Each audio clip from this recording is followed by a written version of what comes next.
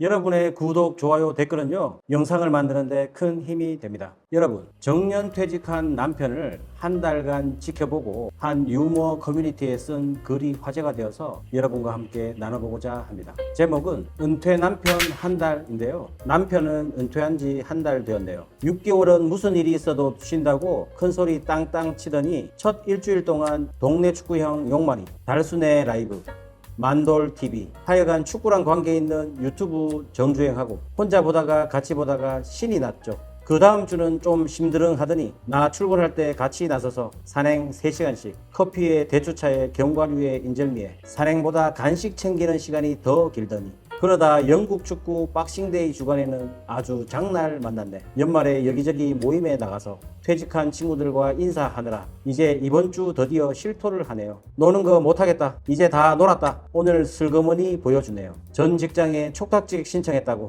급여도 줄고 직책도 없고 그래도 괜찮냐고. 아마 다음 주부터 출근할 거라고. 지금 셔츠 꺼내서 다림질하고 있어요. 이제 끝인 줄 알았는데 이 다림질을 신나 해야 하나? 귀찮기는 한데 셔츠 다시 보니 반갑네요. 이 글을 작성하신 시간을 보니까요, 새벽 3시 10분입니다. 출근을 앞둔 남편의 셔츠를 이 시간에 다린 건데요. 오랜만에 직장을 향한 남편만큼이나 잠도 못 이루고 새로운 시작을 준비하는 아내의 그 마음, 퇴직 후에 재취업을 해서 일을 한다는 것, 머릿속으로 이 부부의 모습을 떠올리니 여러 가지 생각이 들었습니다. 퇴직하고 나면 실컷 놀아봐야지. 여행도 다니고 맛있는 것도 먹고 정말 지금까지 꽉 짜여진 생활을 했던 그 모습에서 벗어나서 얼마나 자유롭게 지낼 수 있을까, 그 기대하면서 지냈던 그 시간이 막상 한 달도 채 안 되어 금방 실증이 나더라는 겁니다. 내 하고 싶은 걸 하고 있어도 즐겁지 않은 그 마음, 아내의 마음도 마찬가지입니다. 퇴직한 남편이 푹 쉬고 즐겁게 지내기를 바랬던 그 마음보다 퇴직하고 나서 뭘 해야 될까? 이 남은 긴 시간 동안 어떻게 살아야 될까? 걱정했다는 이 아내의 마음. 직급도 없는 촉탁직이지만 다시 와이셔츠를 입고 출근하는 모습에 남편이든 아내든 잠 못 이룰 정도로 이 두 분의 마음이 마냥 즐겁기만 한 것 같습니다.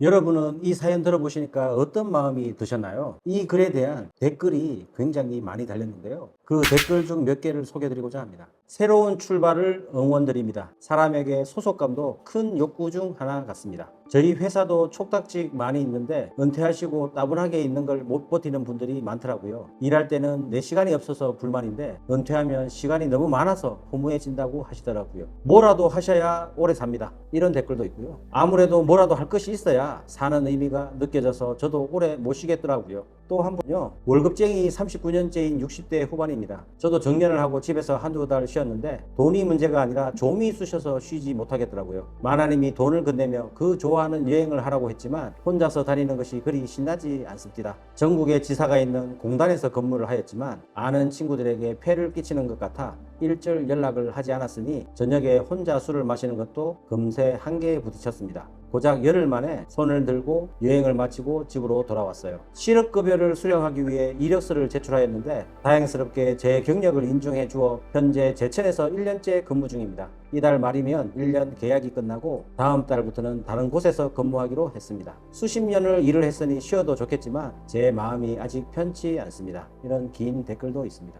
또 다른 분은요, 은퇴해도 놀면서 마음 편하게 사시는 분들이 얼마나 계실까요? 이 땅의 아버님들 힘내세요. 이런 응원의 댓글도 있고요. 성실하게 일하던 사람은 노는 게 안 됩니다. 노는 게 쉽지 않습니다. 이처럼 댓글에서도 보이듯이 노는 것도 참 쉽지 않은 것 같습니다. 퇴직 전에는 시간이 부족하여 하고 싶은 것들을 많이 못하며 지냈을 것입니다. 근데 막상 은퇴하고 나면 시간이 너무 많아 할 것을 찾지 못하는 게 현실입니다. 이것도 조금 해보고 저것도 조금 해보고 아무리 이것저것 해보지만 결국은 생산적이지 않다면, 그것이 소득 활동이 되지 않는다면 오래 못 가는 것 같습니다. 그래서 많은 분들이 퇴직 전에는 여행과 자유로운 시간을 마음껏 누리기를 원하고 그것을 실행에 옮겨보겠다고 하지만 막상 퇴직하고 나면은 그 시간, 너무 많은 시간 때문에 힘들어한다는 것이에요. 앞서 말씀드렸던 그 사연의 남편분도 그 좋아하는 축구를 열심히 보고 또 보고 직접 해보기도 했지만 결국은 그것도 한 달이 되어서 실증이 났다는 것입니다. 그래서 그나마 그분은 이전 직장의 경력으로 촉탁직이지만 바로 취업할 수 있는 것도 크나큰 행운인 것 같습니다.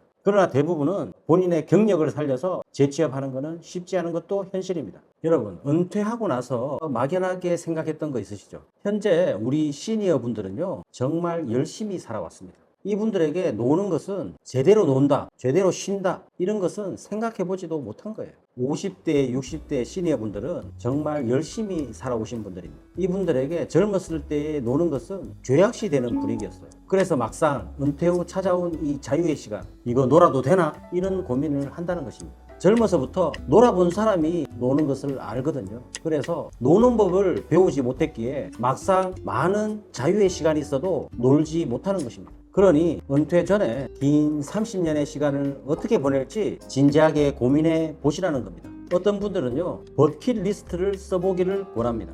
가장 중요한 것은요, 은퇴 후에도 삶의 균형을 유지할 수 있어야 되는 것인데요. 젊어서는 직업적 역할에 자신의 정체성을 몰두해 살아왔다면 나이 들어 그 역할을 상실했을 때 삶의 균형이 무너지기 쉽다고 전문가들은 이야기합니다. 직업에만 자신의 정체성을 몰두해서 자아를 부여하기보다는요, 그 밖에 자유시간을 잘 계획하고 활용하는 연습이 필요하다는 것입니다. 은퇴 후 30년의 시간, 일에 매몰되어 왔던 그 시간을 이제는 그 시간을 잘 계획하고 활용하는 연습이 필요하다는 것, 여러분도 한번 적용해 보시는 건 어떠실까요?